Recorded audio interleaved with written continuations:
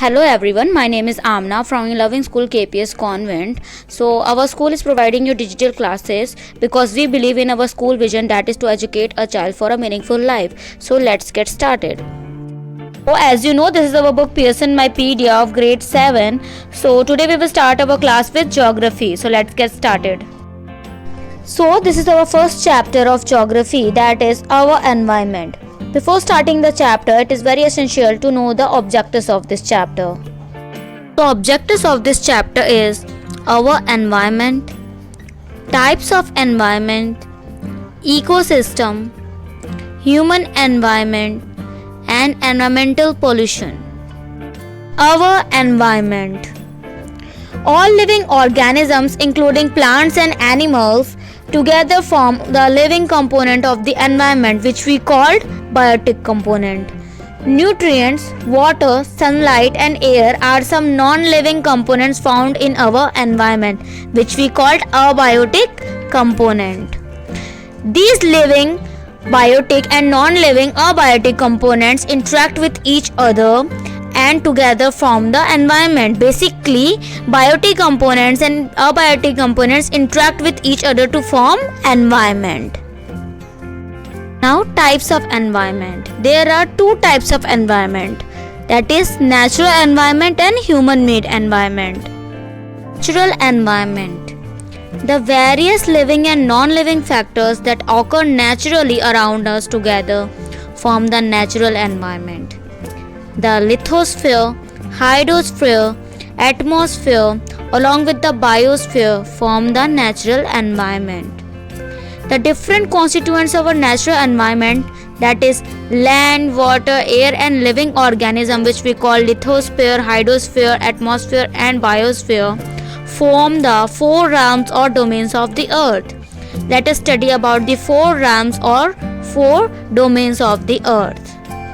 As you can see, there are our four realms of the earth, that is lithosphere, hydrosphere, atmosphere and biosphere. We will learn first about lithosphere. The term lithosphere means rocky crust. This realms form the outermost solid part of the natural environment or the crust of the earth. A layer of soil including rocks and minerals is found here. It is the solid portion of the earth. The lithosphere has an irregular surface with differing landforms such as valleys, plains, mountains and plateaus. The various landforms are found on both ocean floor and continents. The significance of the lithosphere lies in the fact that it provides us with minerals, agricultural land, forest, wealth and pastoral lands. Hydrosphere. The hydrosphere comprises all water bodies on the earth such as ponds, lakes, rivers, gulfs, bays, seas and oceans. This realm is the basis of life on the earth. Almost 97% of water found on earth exists in ocean, while only 3% is available in the form of fresh water. Water is found in the three states, that is solid, liquid and gaseous. The transportation of water from one state to another, that includes evaporation, condensation and precipitation, is known as water cycle. For this, I am going to show you a video of water cycle that will clear your doubts about it. The water cycle. Earth is a watery planet. Almost 3/4 of Earth's surface is covered with water. But if that water stayed peacefully in the oceans, all life on Earth would die of thirst. Luckily, we have something called the water cycle. Earth got its water billions of years ago when it was a very young planet. Since then, the same water has been used and reused. Heat from the sun drives enormous amounts of water to move between the oceans and land. This never-ending exchange gives us the water we drink every day. Let's start with the oceans and the other water bodies. These hold almost all the water on Earth.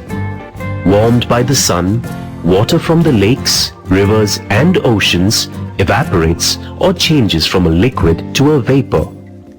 This moist air quickly rises into the atmosphere.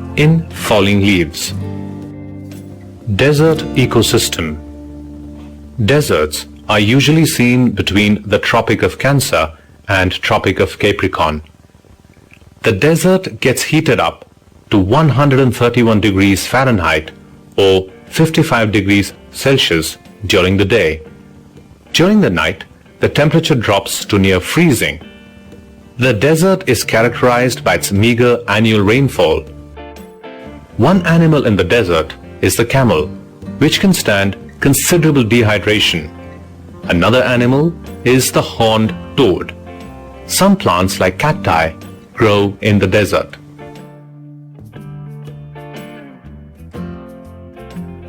Forest ecosystems. Forests may be tropical or temperate. The tropical rainforest is a unique environment. It is a home to more than 30 million species of animals and plants. Some of the animals that live in the rainforest are jaguars, keel-billed toucan, frogs, monkeys, and many other animals. Did you know that some of the trees in these forests could reach a height of 250 feet or more? Temperate forests have deciduous trees and seasonal variations. Forests are generally damp and moist.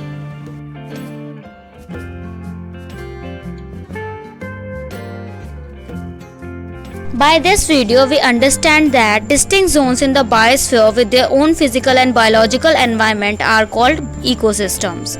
And all ecosystems maintain a perfect balance or equilibrium in the transfer of energy and matter among the biotic and abiotic components.